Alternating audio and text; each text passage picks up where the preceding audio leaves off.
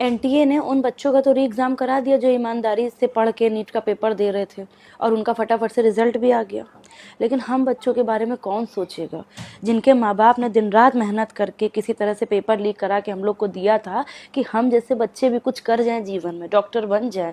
हमारे माँ बाप का भी सपना था, मेरा खुद का भी सपना था कि हम डॉक्टर बने, मेरे नाम के आगे डॉक्टर लगे। लेकिन इन पढ़ने लिखने वाले बच्चों को, ईमानदार बच्चों को बर्दाश्त नहीं हुआ, इतनी जलन हो गई। अरे कितने लाखों बच्चे पढ़ के ही पेपर दे रहे थे, अगर हम जैसे 40-50 बच्चे बिना पढ़े बन जाते डॉक्टर तो किसी का क्या बिगड़ जाता। नहीं किसी का ऑपरेशन करते, इतनी इंसानियत रखते, वही रेफर कर देते कि जो बच्चे अच्छे से बने उनको रेफर कर देते। और अगर कर भी देते तो 3-4 कैंची तौलिया यही तो सब छोड़ते, कुछ निकाल तो नहीं लेते ना, चीज़ दे ही देते उनको। लेकिन नहीं किसी से बर्दाश्त हुआ ना। और जिस तरीके से ये प्रोटेस्ट चल रहा है, हमको तो नहीं लग रहा कि अब जल्दी जल्दी कोई पेपर लीक होगा, मतलब हम लोग का तो भविष्य खत्म हो गया। और हम लोग भी तो इस देश के बच्चे हैं, अगर हम लोग नहीं पढ़ने लिखने में अच्छे हैं तो इसका मतलब ये कि हम लोग कुछ नहीं बन सकते जीवन में, हम लोग कुछ कर नहीं सकते। अब ये होगा इस देश में कि जो पढ़ लिख नहीं सकता वो डॉक्टर नहीं बन सकता है, वो कुछ कर नहीं सकता, चाहे उसके बाद जितनी भी मेहनत करके पेपर लेके आए।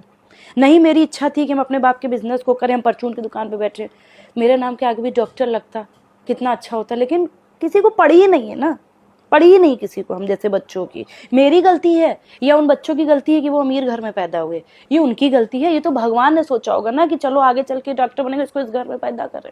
अगर हम जैसे बच्चे डॉक्टर बन जाते तो हम लोगों के अंदर कॉन्फिडेंस आता कि ये भी तरीका है डॉक्टर बनने का, तो हम अपने बच्चों को भी ऐसे ही डॉक्टर बनवाते हैं। लेकिन नहीं होने दिया, पूरी एक हम लोग की जनरेशन खराब हो गई। अब हम लोग का क्या भविष्य है, कोई सोच रहा है इस बारे में? और सबसे बड़ी बात यह है कि जो पेपर लीक हुआ था, ये बात कैसे लीक हो गई?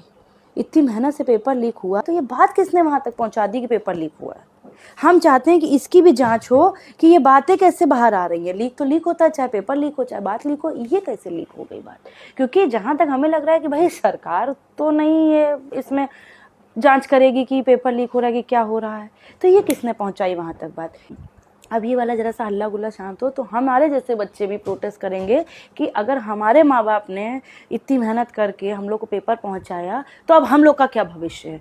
क्योंकि बच्चे तो बच्चे हैं देश के।